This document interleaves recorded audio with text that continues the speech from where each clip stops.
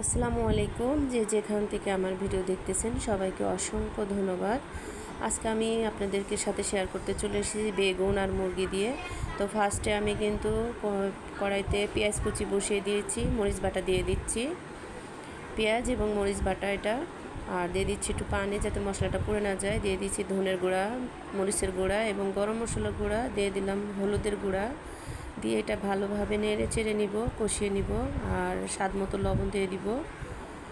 তো লবণ দেওয়ার পরে মশলাটাকে আমি ভালোভাবে কষিয়ে নিব। তারপরে কেটে রাখা বেগুনটা দিয়ে দিব। আর এই তরকারিটা এতটাই মজা কি বলবো, খেলেই বুঝতে পারবেন। কারণ আমার ছোট ভাইটা যখন আমার কাছে ছিল তখন কিন্তু আমার একটু অসুস্থ হলে কিংবা ভালো না লাগলে ও প্রায় রান্না করে আমাকে খাওয়াতো। তো আমি অনেক মিস করি ওকে। আসলে আমার ভালো যদি কেউ থেকেই থাকে বাবা মার পরে, তো আমার ওই ভাইটাই আমাকে অনেক আদর করে এবং সম্মান করে এবং আমার সব সময় খোঁজ খবর নেয়। তো দেখুন সেই তরকারিটাই আমি রান্না করেছি। আর আসলে আমার শরীরটাও ভালো লাগতেছে না, ভীষণ গরম, মাথা ব্যথা। তো সব কিছু মিলাই মনে করলাম যেহেতু বাচ্চারা আছে ওদেরকে একটু ভালো মন্দ না হলে নয়। তো এই জন্য মুরগি দিয়ে বেগুন রান্না করেছি। আমরা বড়রাও খেতে পারবো, বাচ্চারাও খেতে পারবে।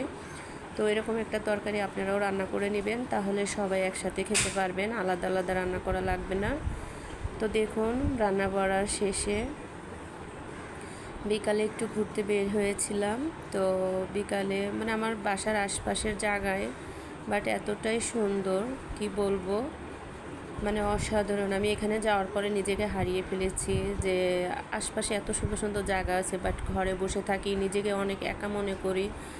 আসলে পৃথিবীতে কেউ একা নয়, আল্লাহ অনেক সুন্দর সুন্দর জিনিস দিয়ে রেখেছে। তো একটু ঘোরাফেরা করলে কিন্তু মনটা ভালো হয়ে যায়। কেউ কারণ নাই দুনিয়ায়।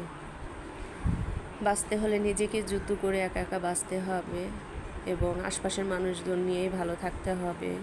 নিজের সংসারটাকে আপন মনে করতে হবে এবং ভালোবাসতে হবে। তো আমার ভিডিও যদি আপনাদের ভালো লাগে অবশ্যই লাইক, কমেন্ট, শেয়ার করবেন। আর আপনি আমার নতুন বন্ধু হতে হলে সাবস্ক্রাইব করবেন। আসসালামু আলাইকুম।